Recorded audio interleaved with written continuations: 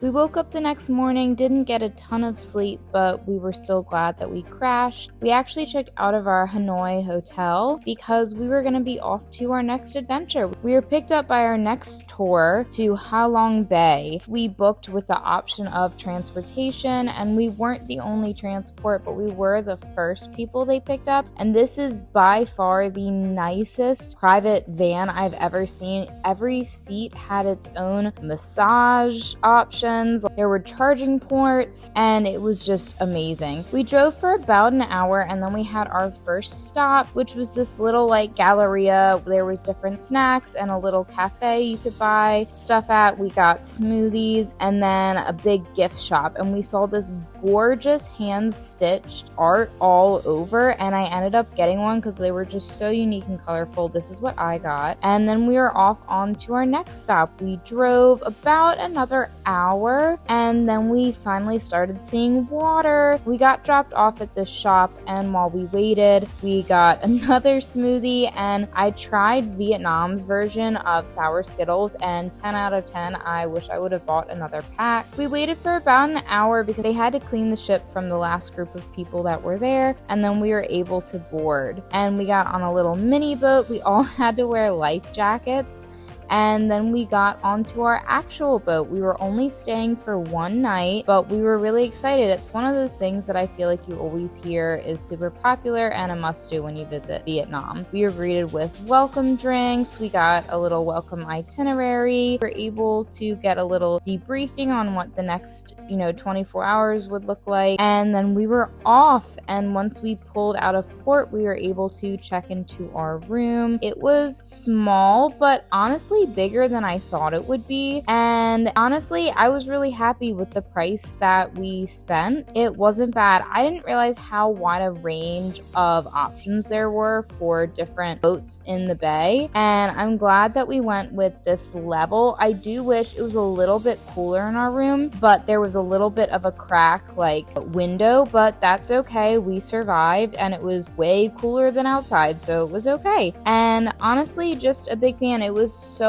pretty and peaceful, and it was nice to know that was we were settled. The only thing is the bathroom floor just all completely filled with water when we showered. Wouldn't recommend that. We had lunch, and okay, there's something about Vietnam chicken noodle soup. It's a weird consistency. I don't know. I just couldn't do it. But there's 5 courses, and the food wasn't half bad. It was just so much food. I was not expecting to have this much food. And then we were off to start doing our activities. We crammed as much as we could in 24 hours. We popped out first to this beautiful cave. We got to go and hike up all of these steps, and it was so hot.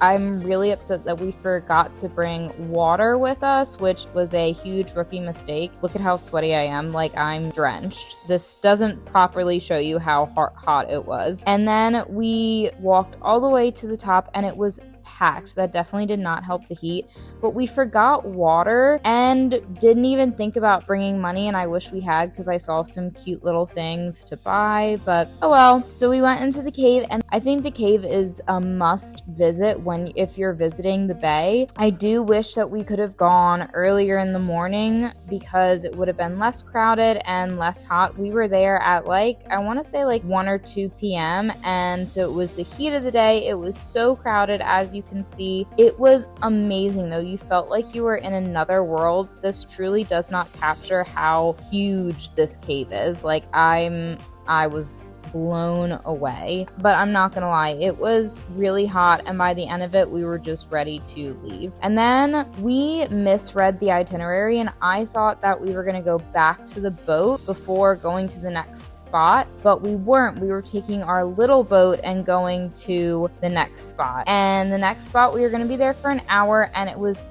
for swimming, or you could do this little hike, but we were not about to hike. We were so hot, and the swimming, I'm just gonna be completely honest, it was disgusting. We were dehydrated. It was filled with people. It was incredibly dirty, and it was just absolutely disgusting. Don't even get me started on the bathrooms. Would not go here.